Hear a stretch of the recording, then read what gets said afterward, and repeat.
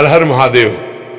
भक्तों, यदि आप विवाहित हैं और इस बार सावन में हरी चूड़ियां पहनने की तैयारी कर रही हैं तो आज की ये वीडियो आपके लिए अत्यंत महत्वपूर्ण है, क्योंकि शास्त्रों में एक ऐसी बात बताई गई है जिसे बहुत कम महिलाएं जानती हैं। अधिकतर महिलाएं बाजार से हरी चूड़ियां तो खरीद लेती हैं, लेकिन उन्हें यह नहीं पता होता कि आखिर इन्हें किस दिन खरीदना सबसे शुभ माना गया है, किस समय पहनना चाहिए और कौन सी ऐसी छोटी सी गलती है जिसके कारण शुभ फल मिलने के बजाय अशुभ परिणाम भी देखने को मिल सकते हैं।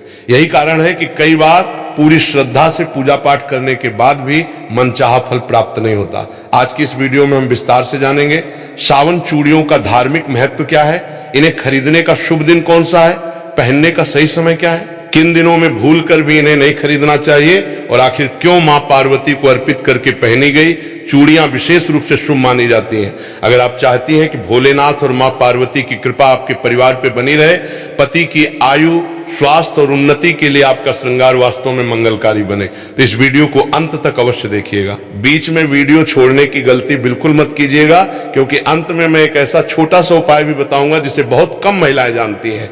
अगर आप भगवान भोलेनाथ और मां पार्वती में श्रद्धा रखते हैं तो वीडियो को अभी लाइक कर दीजिए, कमेंट में पूरे विश्वास के साथ लिखिए ओम नमः शिवाय। और यदि हमारे चैनल शिवहम टीवी पर पहली बार आए हैं तो चैनल शिवहम टीवी को सब्सक्राइब करके बेल आइकन अवश्य दबा दीजिए, ताकि सावन व्रत, पूजा और सनातन धर्म से जुड़ी ऐसी महत्वपूर्ण जानकारियां सबसे पहले आपको मिलती रहें। चलिए बिना समय गंवाए शुरू करते हैं। मेरी प्यारी बहनों, आज मैं आप सबसे एक छोटी सी बात पूछना चाहता हूं।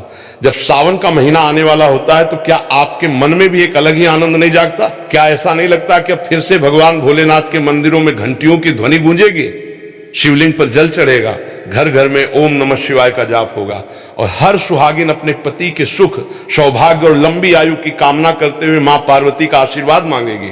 यदि आपके मन में भी ऐसा भाव आता है तो समझ लीजिए कि ये केवल एक परंपरा नहीं बल्कि आपकी श्रद्धा की सबसे सुंदर अभिव्यक्ति है। लेकिन बहनों, श्रद्धा जितनी पवित्र होती उतना ही आवश्यक होता है सही ज्ञान। कई बार हम पूरी निष्ठा से पूजा करते हैं, पूरे मन से व्रत रखते हैं, 16 श्रृंगार भी करते हैं, फिर भी मन में कहीं ना कहीं ये प्रश्न रह जाता है कि आखिर वो शांति, वो कृपा और वो आनंद क्यों महसूस नहीं हो रहा जिसकी हमने कामना की थी। ऐसा क्यों होता है? क्या भगवान हमारी पूजा स्वीकार नहीं करते? नहीं, भगवान तो अपने भक्त का प्रेम देखते हैं। उनके लिए सोना चांदी, बड़े बड़े चढ़ावे या महंगे आभूषण नहीं, बल्कि भक्त का निर्मल मन सबसे बड़ा उपहार होता है। लेकिन हमारे आरसी मुनियों ने एक बात और समझाई है। उन्होंने कहा कि जब श्रद्धा और सही विधि दोनों साथ चलती हैं तब पूजा का पुण्य और भी अधिक फलदायी माना जाता है। यही कारण है कि आज हम एक ऐसी छोटी सी बात पर चर्चा करेंगे जिसे बहुत सी महिलाएं अनदेखा कर देती हैं। वो बात है सावन की हरी चूड़ियां। बहनों, आपको ये सुनकर आश्चर्य होगा कि हर साल हजारों महिलाएं पूरे उत्साह से हरी चूड़ियां खरीदती हैं, लेकिन उनमें से अधिकांश को ये पता ही नहीं होता कि इन्हें खरीदने का शुभ समय क्या माना जाता है, किस दिन पहनना उचित माना जाता है और पहनने से पहले कौन सा छोटा सा धार्मिक कार्य करना चाहिए। आज की पूरी चर्चा इसी विषय पर है, इसलिए मैं आपसे निवेदन करता हूं कि इस वीडियो को बीच में छोड़कर मत जाइए। हो सकता है कि आज आपको ऐसी बात पता चले जो आपने पहले कभी विस्तार से न सुनी हो। यदि आपके हृदय में भोलेनाथ और मां पार्वती के प्रति श्रद्धा है तो वीडियो को अभी एक लाइक अवश्य कर दीजिए। कमेंट बॉक्स में पूरे विश्वास के साथ लिखिए ओम नमः शिवाय। और यदि आप सनातन धर्म, व्रत, पूजा, त्योहार और धार्मिक परंपराओं से जुड़ी ऐसी ही उपयोगी जानकारियां नियमित प्राप्त करना चाहते हैं तो हमारे चैनल शिवहम टीवी को सब्सक्राइब करके बेल आइकन भी दबा दीजिए, ताकि आने वाली कोई भी महत्वपूर्ण वीडियो आपसे छूट ना जाए। बहनों, क्या आपने कभी इस बात पर ध्यान दिया, जब सावन शुरू होता है तो केवल प्रकृति ही नहीं बदलती, मन भी बदल जाता है। सूखी धरती हरी चादर ओढ़ लेती है, पेड़ों पर नई कोपलें निकल आती हैं, चारों ओर हरियाली फैल जाती है, मानो स्वयं प्रकृति यह संदेश दे रही हो कि जीवन में चाहे कितनी भी कठिनाइयां आई हो, एक नई शुरुआत हमेशा संभव है। यही कारण है कि सावन के महीने में हरे रंग का विशेष महत्व माना गया है। हरा रंग केवल सुंदरता का प्रतीक नहीं बल्कि आशा का प्रतीक है, सौभाग्य का प्रतीक है, समृद्धि का प्रतीक है और सबसे बढ़कर यह जीवन में नई ऊर्जा का प्रतीक माना जाता है। इसीलिए हमारी माँ और दादियां कहा करती थी, सावन में जितनी हरियाली बाहर दिखाई देती है उतनी ही हरियाली अपने घर परिवार में भी बनाए रखने का संकल्प लेना चाहिए। और यही भावना हरी चूड़ियों के पीछे भी छिपी हुई है। लेकिन बहनों, एक बात हमेशा याद रखिए, चूड़ियां अपने आप में कोई चमत्कारी वस्तु नहीं होती। चमत्कार होता है आपकी श्रद्धा में, आपके विश्वास में, आपकी प्रार्थना में जब कोई सुहागिन महिला भोलेनाथ और मां पार्वती को अपना आराध्य मानकर पूरे प्रेम से उनका स्मरण करते हुए श्रृंगार करती है, तब वही श्रृंगार उसके लिए एक आध्यात्मिक संकल्प बन जाता है। आज की सबसे बड़ी भूल, आजकल बाजारों में सावन शुरू होने से कई दिन पहले ही हरी चूड़ियों की दुकानें सज जाती हैं। लोग भीड़ देखकर खरीद लेते हैं। किसी ने कहा आज ऑफर है, किसी ने कहा आज समय मिल गया, किसी ने कहा कल फुर्सत नहीं मिलेगी और बस चूड़ियां खरीद ली, पहन भी ली। लेकिन बहनों, क्या कभी आपने ये जानने की कोशिश की कि हमारी परंपरा इसके बारे में क्या कहती है? क्या हर दिन शुभ माना गया है? क्या हर समय पहन लेना उचित माना गया है? या फिर कुछ ऐसे दिन भी हैं जिनमें थोड़ा संयम रखने की सलाह दी जाती है? यही वो प्रश्न है जिसका उत्तर हम आगे जानेंगे। और विश्वास मानिए, यदि आप इस छोटी सी बात को समझ लेंगे तो आगे से सावन का श्रृंगार केवल एक रस्म नहीं रहेगा, बल्कि आपके मन की सच्ची भक्ति का उत्सव बन जाएगा। ओम नमः शिवाय, हर हर महादेव। मेरी प्यारी बहनों, आज मैं आपसे कोई कठिन शास्त्र नहीं कहने जा रहा, ना ही ऐसी बात जो केवल विद्वान ही समझ सके। आज की बात बहुत सरल है, लेकिन यदि इसे मन से समझ लिया जाए तो सावन का आपका श्रृंगार केवल बाहरी सजावट नहीं रहेगा, बल्कि भक्ति का एक सुंदर संकल्प बन जाएगा। जरा मन में सोचिए, जब सावन आने वाला होता है तो सबसे पहले आपके मन में क्या आता है? शायद नई हरी चूड़ियां, नई साड़ी, मेहंदी, भोलेनाथ का जलाभिषेक, सोमवार का व्रत और मां पार्वती के चरणों में अपने परिवार के सुख की प्रार्थना। यही तो सावन की सबसे सुंदर बात है। ये महीना केवल कैलेंडर का एक महीना नहीं होता, ये मन को भगवान के निकट ले जाने का अवसर होता है। इसीलिए हमारे घरों में दादी नानी कहा करती थी, सावन में जितना मन भगवान में लगेगा उतना ही घर में प्रेम और शांति बढ़ेगी। बहनों, आजकल एक बात देखने को मिलती है, जैसे ही सावन पास आता है बाजार हरी चूड़ियों से भर जाते हैं, हर दुकान पर भीड़ लग जाती है। कोई डिजाइन देख रहा है, कोई रंग चुन रहा है, कोई जल्दी जल्दी खरीद कर घर लौट रहा है। लेकिन बहुत कम लोग एक प्रश्न पूछते हैं, क्या केवल हरी चूड़ियां खरीद लेना ही पर्याप्त है? क्या जिस दिन समय मिल जाए उसी दिन खरीद लेना ठीक है? क्या पहनने से पहले कोई विशेष भावना या प्रार्थना भी होनी चाहिए? यहीं से हमारी आज की चर्चा शुरू होती है। बहनों, याद रखिए, सनातन परंपरा में किसी भी वस्तु का महत्व केवल इसलिए नहीं होता कि वो सुंदर है। उसका महत्व इसलिए होता है क्योंकि उसके साथ एक भाव, एक संकल्प और एक आध्यात्मिक अर्थ जुड़ा होता है। हरी चूड़ियां भी उसी भाव का प्रतीक हैं। वे हमें हरियाली की याद दिलाती हैं। हरियाली केवल खेतों की नहीं, रिश्तों की भी होती है, घर की भी होती है, मन की भी होती है। जब मन सूख जाता है तो जीवन में आनंद कम होने लगता है। जब रिश्तों की हरियाली बनी रहती है तो कठिन समय भी सरल लगने लगता है। इसीलिए हमारे पूर्वजों ने सावन में हरे रंग को शुभता, आशा और मंगल का प्रतीक माना। लेकिन बहनों, एक बात हमेशा ध्यान रखिए, यदि कोई महिला ये सोच ले कि मैंने हरी चूड़ियां पहन ली, अब अपने आप सब ठीक हो जाएगा, तो ये समझ अधूरी है। धार्मिक परंपराएं हमें कभी भी केवल वस्तुओं पर निर्भर रहना नहीं सिखाती, वे हमें सिखाती हैं वस्तु से पहले भाव, श्रृंगार से पहले श्रद्धा और पूजा से पहले नम्रता। भोलेनाथ को बेलपत्र इसीलिए प्रिय नहीं कि वो दुर्लभ है, उन्हें वो प्रिय है जो प्रेम से अर्पित किया जाए। एक लोटा जल भी सच्चे मन से चढ़ाया जाए तो उसका महत्व बहुत बड़ा माना गया है। ठीक उसी प्रकार यदि हरी चूड़ियां भी भोलेनाथ और मां पार्वती का स्मरण करके धारण की जाए तो उनका आध्यात्मिक महत्व और बढ़ जाता है। एक छोटी सी घटना, एक गांव में दो पड़ोसन रहती थी। दोनों हर साल सावन का व्रत रखती थी। दोनों हरी चूड़ियां भी पहनती थी। पहली महिला बाजार से चूड़ियां लाती, पहनती और अपने काम में लग जाती।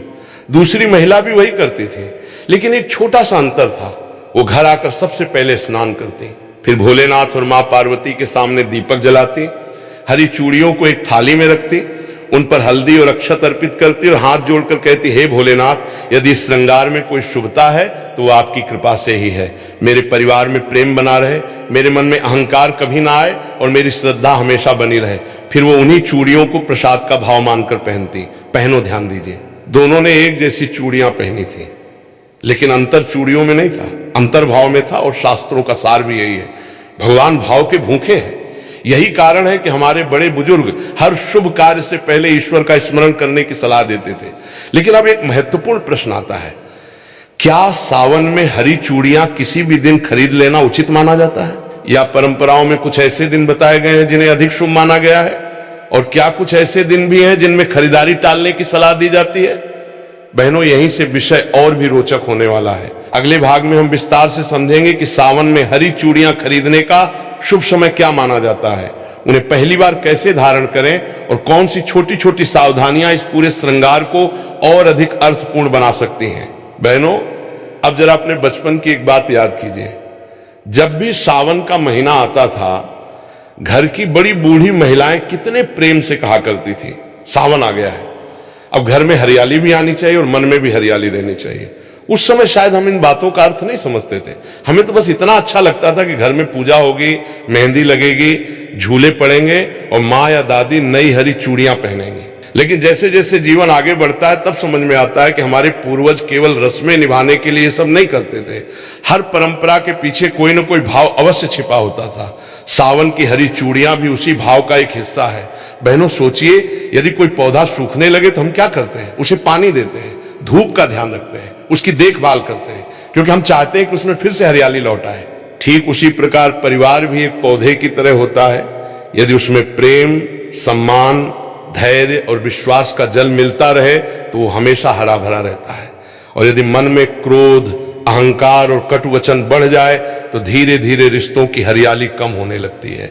यही कारण है कि सावन हमें केवल भोलेनाथ की पूजा करना नहीं सिखाता, बल्कि अपने व्यवहार को भी मधुर बनाने की प्रेरणा देता है। श्रृंगार का अर्थ केवल सजना नहीं है बहनों। आज के समय में श्रृंगार को अक्सर केवल सुंदर दिखने से जोड़कर देखा जाता है, लेकिन सनातन परंपरा में श्रृंगार का अर्थ इससे कहीं अधिक गहरा है।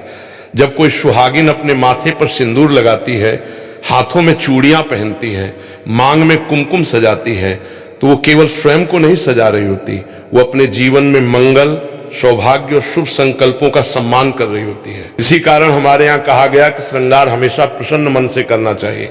क्रोध में, झगड़े के तुरंत बाद या मन में नकारात्मकता लेकर किया गया कोई भी शुभ कार्य अपने वास्तविक आनंद को खो देता है। इसलिए यदि आप सावन में हरी चूड़ियां धारण करें तो पहले अपने मन को शांत करें, 2 मिनट भोलेनाथ का स्मरण करें, फिर मां पार्वती से प्रार्थना करें, हे मां मुझे ऐसा विवेक दीजिए कि मैं अपने परिवार में प्रेम, धैर्य और सम्मान बनाए रख सकूं। बहनों विश्वास मानिए, ऐसी प्रार्थना मन को भीतर से बदल देती है। एक प्रश्न जो हर महिला को स्वयं से पूछना चाहिए, मैं आप सबसे एक प्रश्न पूछना चाहता हूं। जब आप हरी चूड़ियां खरीदती हैं तो आपके मन में पहला विचार क्या होता है? क्या ये कि लोग क्या कहेंगे, या ये कि ये रंग मुझ पे कैसा लगेगा, या फिर ये कि मैं भगवान के सामने श्रद्धा से ये श्रृंगार करूंगी? बहनों मन की दिशा ही पूजा की दिशा तय करती है। यदि मन केवल दिखावे में उलझ जाए तो पूजा एक रस्म बनकर रह जाती है, लेकिन यदि मन में समर्पण हो तो वही छोटा सा कार्य भी साधना बन सकता है। इसीलिए हमारे ऋषियों ने बार बार कहा, बाहरी पूजा से पहले भीतरी पूजा आवश्यक है। भीतरी पूजा क्या है? मन से ईर्ष्या कम करना, कटु वचन छोड़ना, घर में मधुरता बनाए रखना, बड़ों का सम्मान करना और भगवान पर विश्वास रखना। यदि ये भाव हमारे भीतर आ जाए तो हरी चूड़ियां केवल हाथों की शोभा नहीं बढ़ाती, वे हमें हर दिन हमारे संकल्प की याद दिलाती है। लेकिन यही अधिकांश लोग एक भूल कर बैठते हैं। बहनों अब मैं आपको एक ऐसी बात बताने जा रहा हूं जिसे अक्सर नजरअंदाज कर दिया जाता है। कई लोग सोचते हैं कि शुभता केवल वस्तु में होती है, लेकिन हमारी परंपरा कहती है शुभता वस्तु में नहीं, उसके उपयोग के भाव और मर्यादा में होती है। यही कारण है कि किसी भी पूजा की सामग्री को आदर से रखने की सलाह दी जाती है। यदि आपने हरी चूड़ियां खरीद ली हैं तो उन्हें घर लाकर किसी साफ स्थान पर रखें। यदि संभव हो तो पहली बार पहनने से पहले भोलेनाथ और मां पार्वती के सामने कुछ क्षण रखकर प्रार्थना करें। ये कोई कठोर नियम नहीं, बल्कि श्रद्धा का एक सुंदर भाव है। और बहनों श्रद्धा कभी बोझ नहीं होती, श्रद्धा तो मन को हल्का करती है।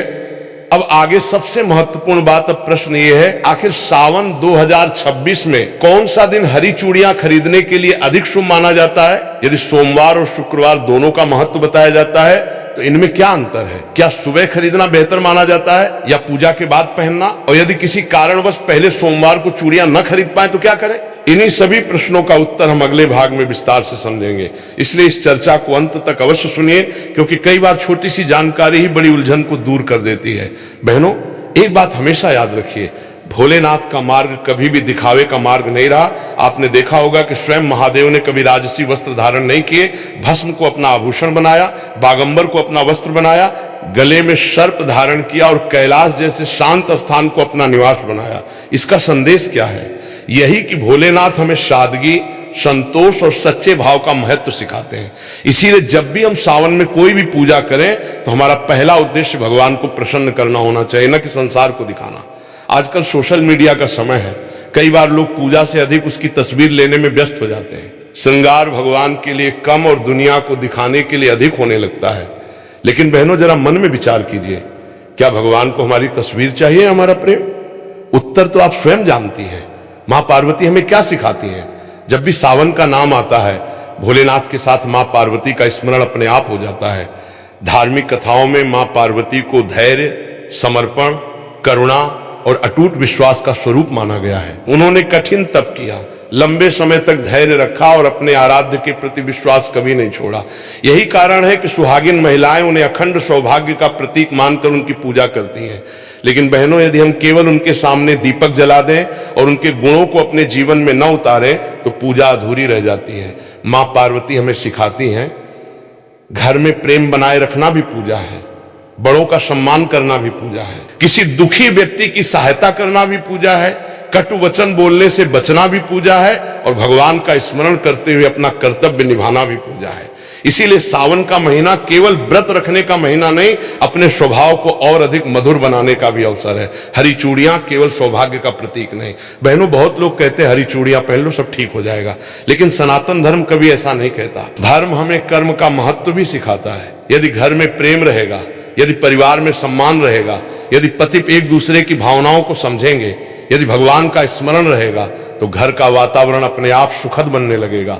हरी चूड़ियां हमें इसी शुभ संकल्प की याद दिलाती हैं।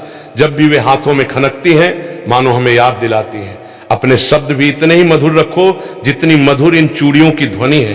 क्या ही सुंदर संदेश है। एक छोटी सी सीख बहनों, यदि किसी दिन आपका मन बहुत परेशान हो, घर में किसी बात को लेकर तनाव हो या किसी कारण से मन अशांत हो, तो उस दिन भोलेनाथ के सामने 2 मिनट शांत बैठ जाइए, कुछ मांगिए मत, बस इतना कह दीजिए, हे भोलेनाथ, मुझे सही निर्णय लेने की बुद्धि दीजिए, मेरे मन को शांत रखिए, मेरे परिवार में प्रेम बनाए रखिए, विश्वास मानिए, हर समस्या तुरंत समाप्त हो जाए। ऐसा वादा कोई नहीं कर सकता, लेकिन मन अवश्य मजबूत होता है, और जब मन मजबूत होता है तो कठिन परिस्थितियों का सामना करना भी आसान हो जाता है। यही तो भक्ति का सबसे बड़ा फल है। अब आती है वो बात जिसका इंतजार हर सुहागिन करती है।